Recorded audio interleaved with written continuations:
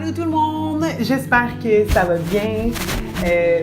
Premièrement, je veux vous souhaiter la bienvenue dans mon environnement de chaîne YouTube.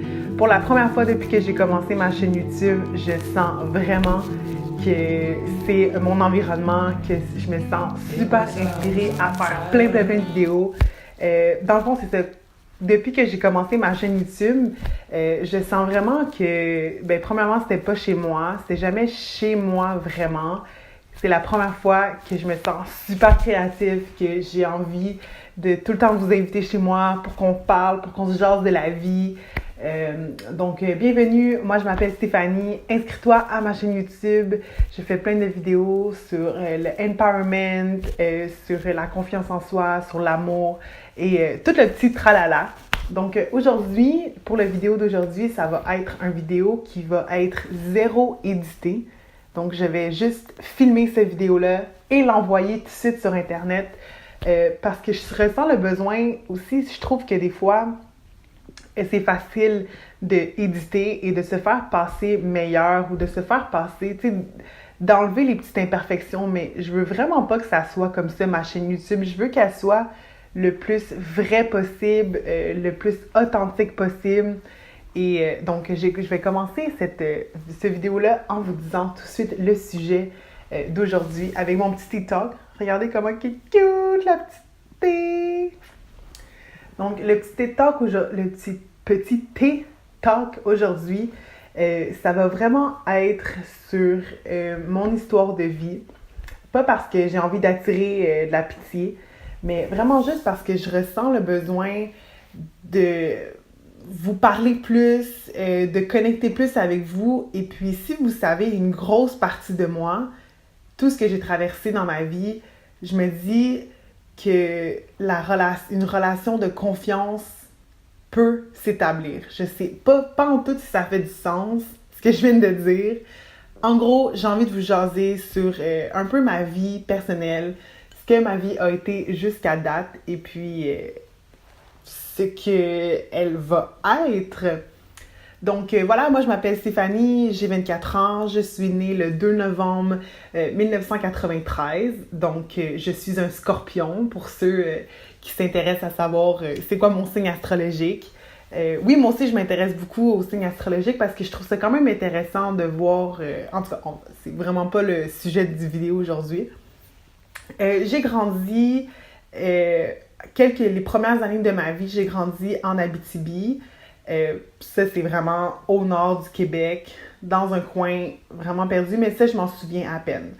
Et puis, l'histoire qui s'est passée avec mes parents, c'est que mes parents, ils ont jamais vraiment été nécessairement prêts à nous recevoir dans leur vie. Nous, c'est-à-dire ma grande sœur et mon petit frère.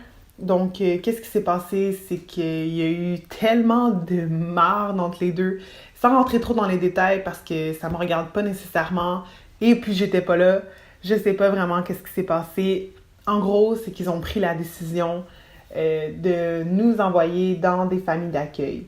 Donc, pour ceux qui savent pas nécessairement c'est quoi des familles d'accueil, c'est des familles qui appliquent au gouvernement et qui peuvent recevoir des enfants qui sont en difficulté ou en situation de crise, des enfants qui ont été victimes d'abus sexuels, d'abus physiques, de violences mentales.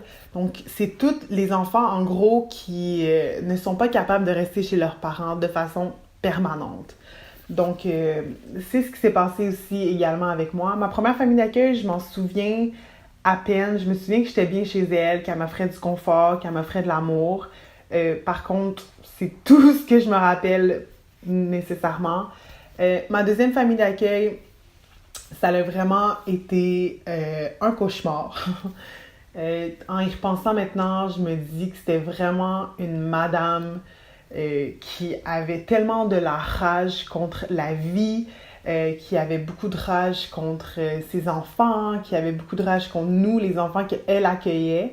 On était comme 6 chez elle, puis souvent, c'est ça, elle nous mettait victimes de violences physiques, beaucoup de violences psychologiques à un très très très jeune âge.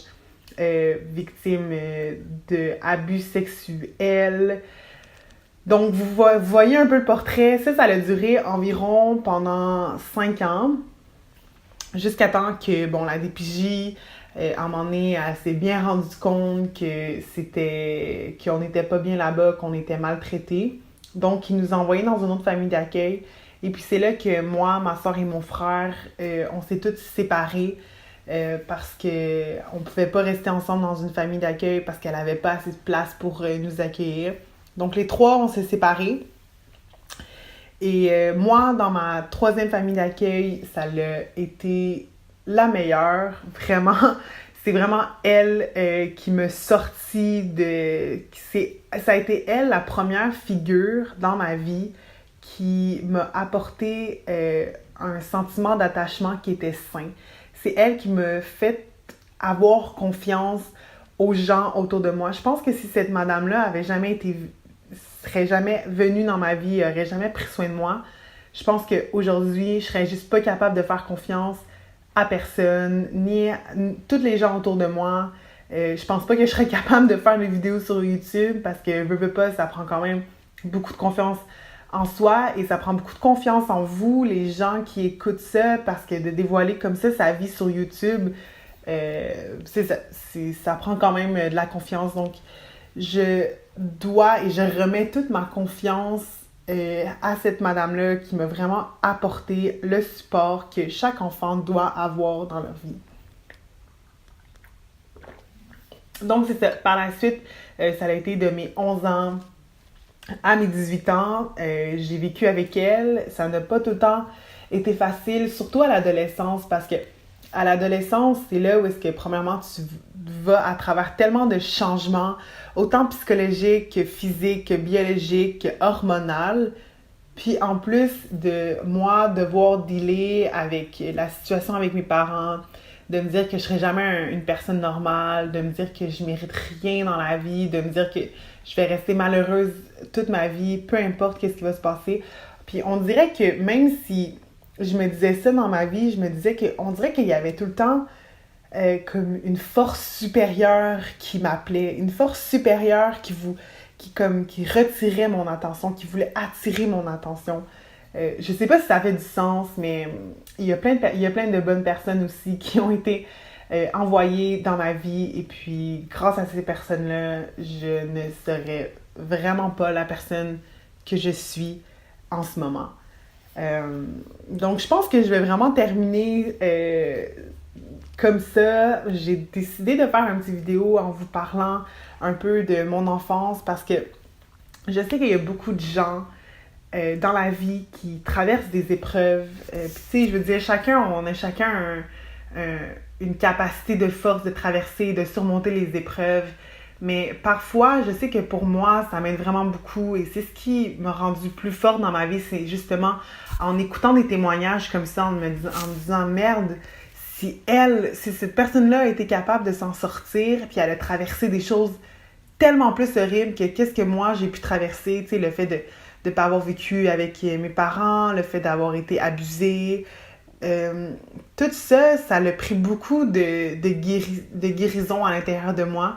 Et puis, je sais que je regardais beaucoup justement des vidéos sur YouTube.